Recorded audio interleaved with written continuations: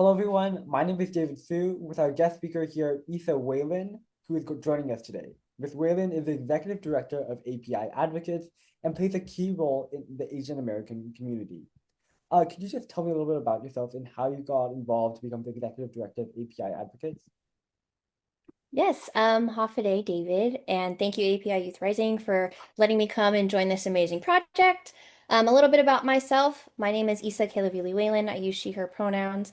I am a proud Filipina and Chamorro from the island of Guam and village of Umatic. I got my undergraduate degree at the University of Washington, studying anthropology, Oceania Pacific Islander studies, diversity studies, and Asian American studies. I went on to go to the East Coast to get my master's in critical ethnic community studies, University of Massachusetts in Boston, coupled with public policy.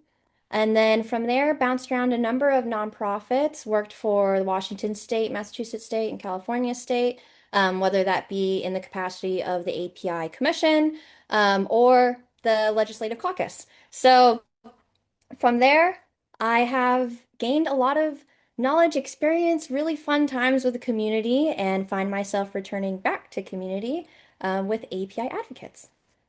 Great. And for the viewers who don't know what API Advocates is, can you explain to them what you do at this nonprofit organization? Yes, absolutely. So API Advocates is a 501(c)(3) nonprofit. We are nonpartisan based in Sacramento, California. The mission of the API Advocates is to develop youth and community leaders through legislative internships, advocacy, and coalition building, which I'm super excited to talk about today. Okay, great. When you were a child, before you even got into college and continued your career journey, did you always imagine yourself going into public service, going into helping out the Asian American community, or what motivated you to go into this field?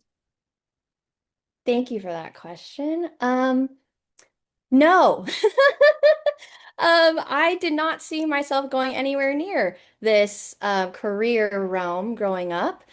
Growing up in a Chamorro household where a lot of our culture was deeply rooted in our traditional and indigenous values. Um, Public service, civic engagement, government type of work careers was not really something that we had in communication or something that I would ever dream about. Um, how did I catch myself to be here?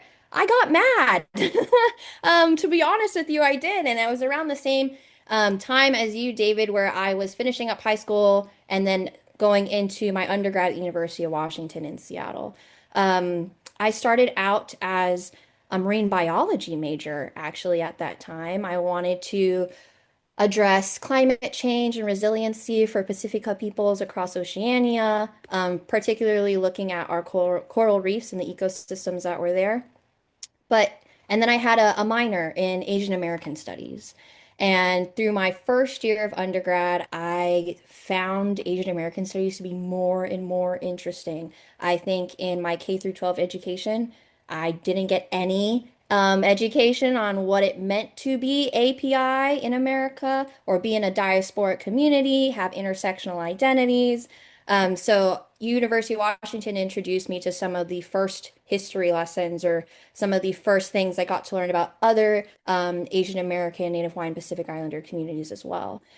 And I think with that Asian American studies minor at the time, I was like, this is so awesome. I want more. Why not make this a major? It was something I was very passionate about.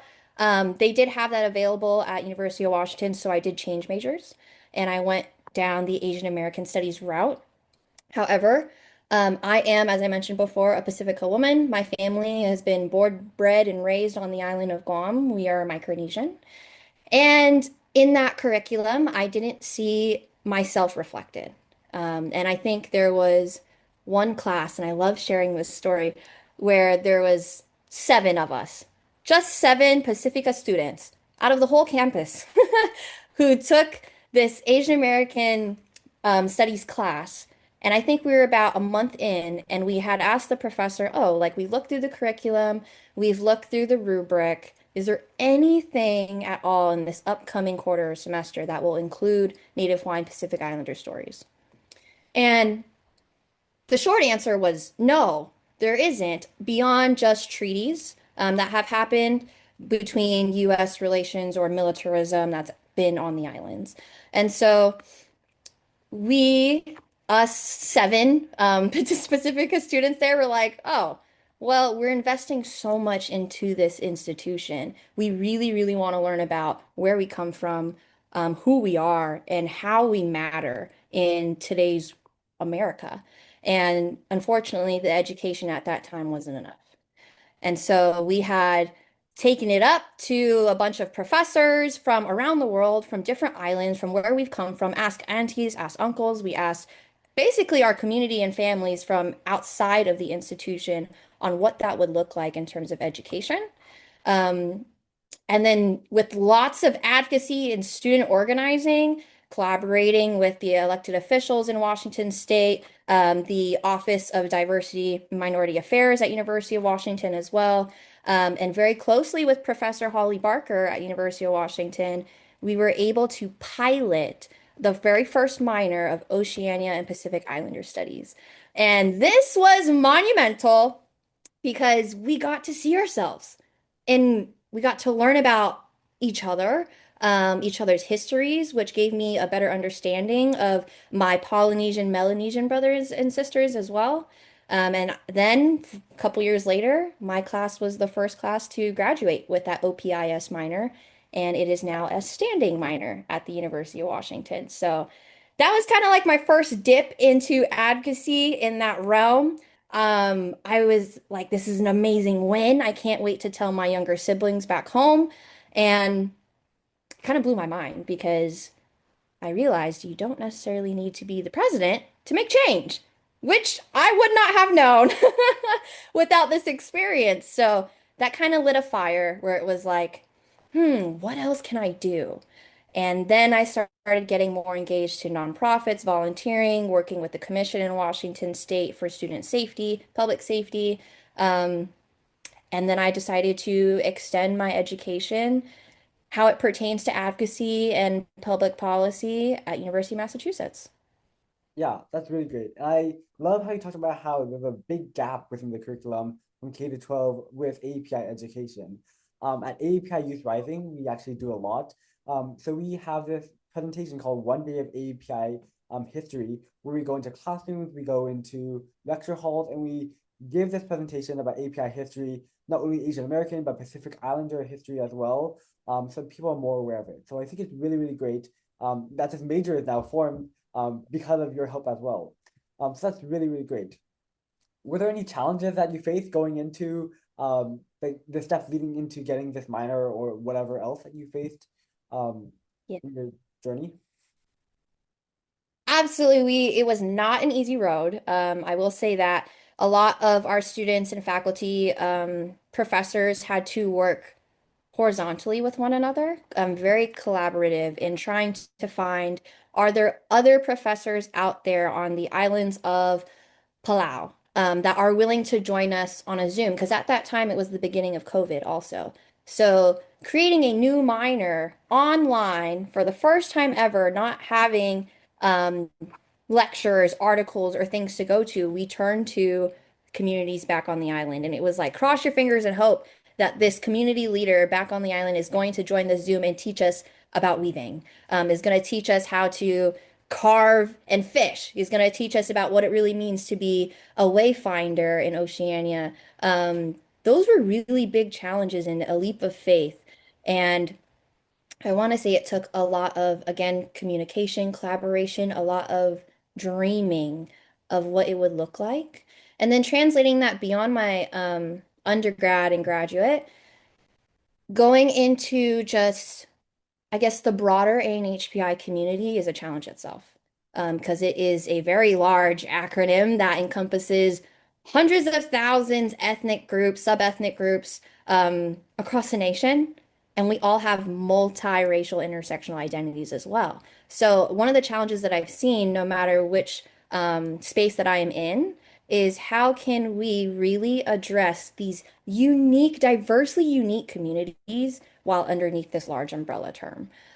So that's been a challenge both in advocacy and policy and community service, trying to get people on board and make a unified front. I'd say that would be the largest challenge I've faced. Yeah, I definitely agree with you. understand how important it is to all be working together. One great force is better than just one singular person working alone. And I see that your action that you've done led up to huge successes. Is there anything that you've done more recently to help like make sure that education for AAPI communities are within like curriculum? Because Asian American Pacific Islander history is part of is a part of American history.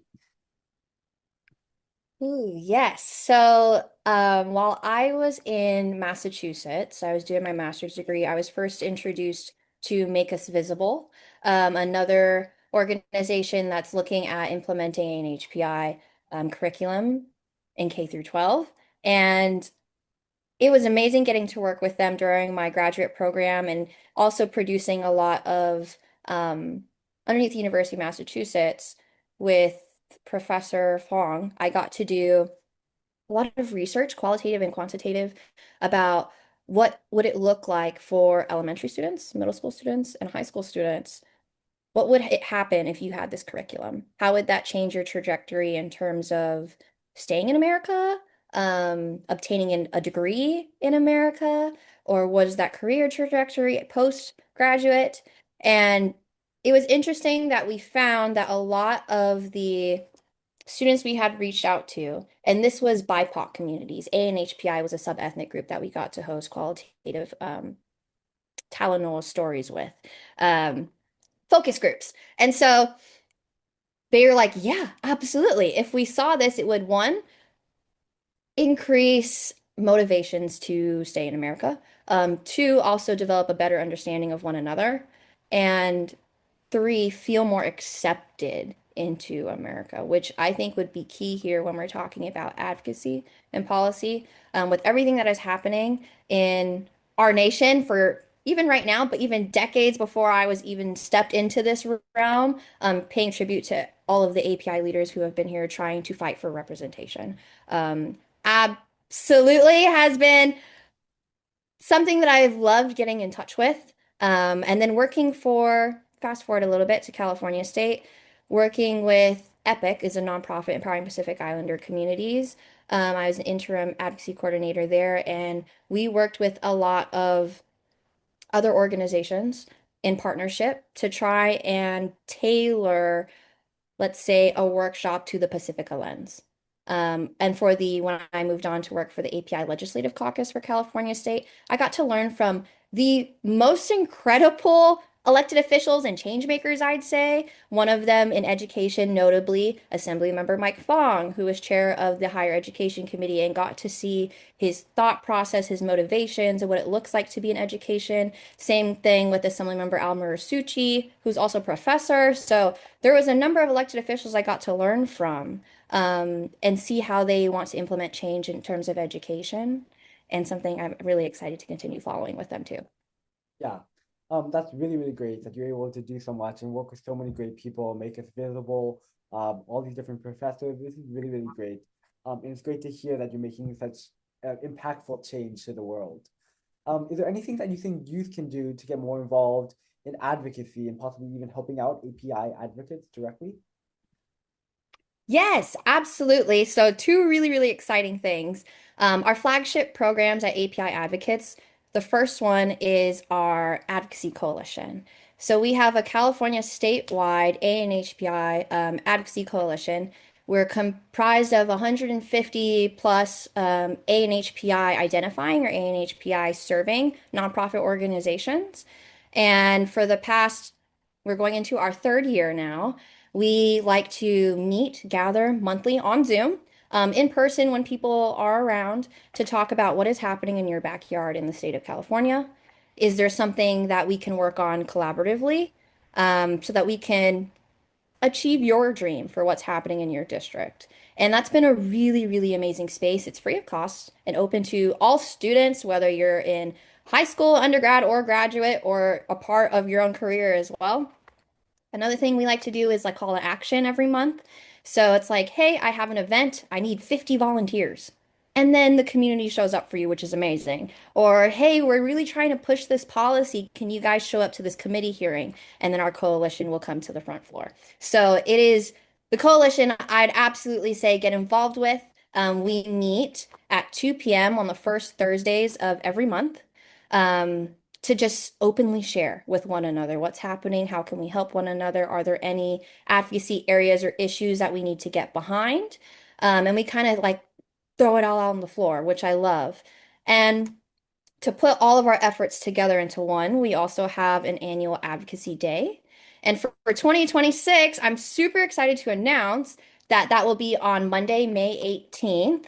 And it is a half-day program with a press conference training, office visits, and a reception. It is welcome to everyone and all to be a part of it. Our planning meetings from now until then, we're going to be talking about issue areas that mean the most to us in our communities and try and figure out our top three bill priorities for the 2026 legislative session. It's a great opportunity to get involved with advocacy. We welcome first timers who have never been to the Capitol because there's amazing trainings by some of our partners on how do I use my voice? How do I use my voice in an office visit? What does it look like in the committee for a Me Too statement? There's lots of civic engagement workshops and tools you can learn from the coalition. So I offer that to everyone listening and tuning in, especially API Youth Rising. And then the second thing is our internship program. So our internship program is also every year in the spring. We like to place around 25 undergraduate graduate students to work in person at California State Capitol here in Sacramento. We partner with the elected officials for the state, and then you work 10 weeks in their office and you do some one-on-one training with API advocates, talk workshops across public speaking, talking points, how to make a fact sheet, what does a backgrounder look like, committee hearings 101, lots of legislative and leadership development. So yeah, would love to get the word out for those and see everyone join us. Yeah, well, I think it's really, really great that API Advocates has this coalition as well as this internship for undergraduates and graduates. And I hope anyone in the audience applied for them or joined the coalition or show up to the event on May 18th. It will be great to have more support within the community. I'm sure API Advocates will also really love that. Um, how do you think that your education helped prepare you for your career in advocacy and leading this organization now? Yes. I would say that my graduate program heavily influenced my career in advocacy today. Again, University of Massachusetts in Boston. I studied critical ethnic and community studies. My capstone was about AA and HPI communities, BIPOC communities, low income, historically redlined districts, um, and how they engage with civics and advocacy in today's state legislature and federal government. My mentor, advisor at the time was Dr. Cedric Woods, an amazing person to learn from. And I encourage everyone to go and reach out to Dr. Woods because I got to learn so many incredible things that I use in my day-to-day in advocacy. One of them being the idea or the theory of transdisciplinarity. So have you heard of interdisciplinary or multidisciplinary studies? I don't think I have. If you could explain it a little more. Yeah, yeah. So it's like, oh, I'm interested in, let's say, anthropology and marine biology. I'll just go to those two because I wanted to study those in undergrad. Um, Multidisciplinary is taking more than one discipline and intertwining them two and trying to see if we can come to an outcome by using those two knowledges. Transdisciplinarity is beyond that. So looking at, let's see, I have an idea about ethnic studies. And I'm going to pull in not only education stakeholders or education realm stakeholders, but also student government. I'm also going to pull in health. I'm also going to pull in public safety. I'm also going to pull in as many perspectives as I can on this one topic. Because at the root of every issue is that it is intersectional. Um, Trying to get a holistic view of what this new idea could be. And that's the term we've used is transcendence. So if I'm pulling from key core theories from different issue areas and weaving them all into one, that gives us a broader view of what that would look like moving forward. So I got to learn transdisciplinary. It was amazing. Got to learn about deep-rooted colonialism and its effects. What does that look like for advancing our communities moving forward in America? Got to look at, let's see, racial capitalism. Lots of really good tools that we get to address in today's world. Um, Critical thinking and analysis, which I love to do with different authors, Indigenous authors and articles we got to learn from as well. But I was equipped very generously with a good toolkit that I don't think we typically see in government. Again, my degree is not political science. It's not poli-sci or public affairs. Um, but I do have a really unique lens on what it looks like to advocate using the tools from anthropology, sociology, organizational management, leadership, and so forth. Yeah. And then lastly, I just have one more question for you. Do you have one message that you would like to share to the entire audience or to the younger generation of advocates, policymakers, legislators? Just one message for them all. Ooh, one message. Okay, I would say this might sound a little cliche, but your voice matters. That's all, three words. Your voice matters. And if we really take a deep reflection into that, the reason why I share that across all platforms is because you are the only you. And you have a very unique lived experience and privileged to share with the world of what that is. We all may be in high school, but your high school experience is different from my high school experience. And how would we know what it takes to change to make that better if we don't communicate with one another? So use your voice, be as loud as you want to be, and don't be unapologetic about it because you deserve to use your voice here at any time and share what it means to be you today, tomorrow, and in the future. Yeah, Yeah. those three words are very, very powerful. And I hope everyone in the audience thinks about it and uses their voice to speak up for themselves. API Youth Rising is about lifting up others' voices and sharing your story. And thank you, Miss Whalen, for meeting with me and being part of this podcast. So on behalf of API Youth Rising, thank you so much. Thank you so much, David.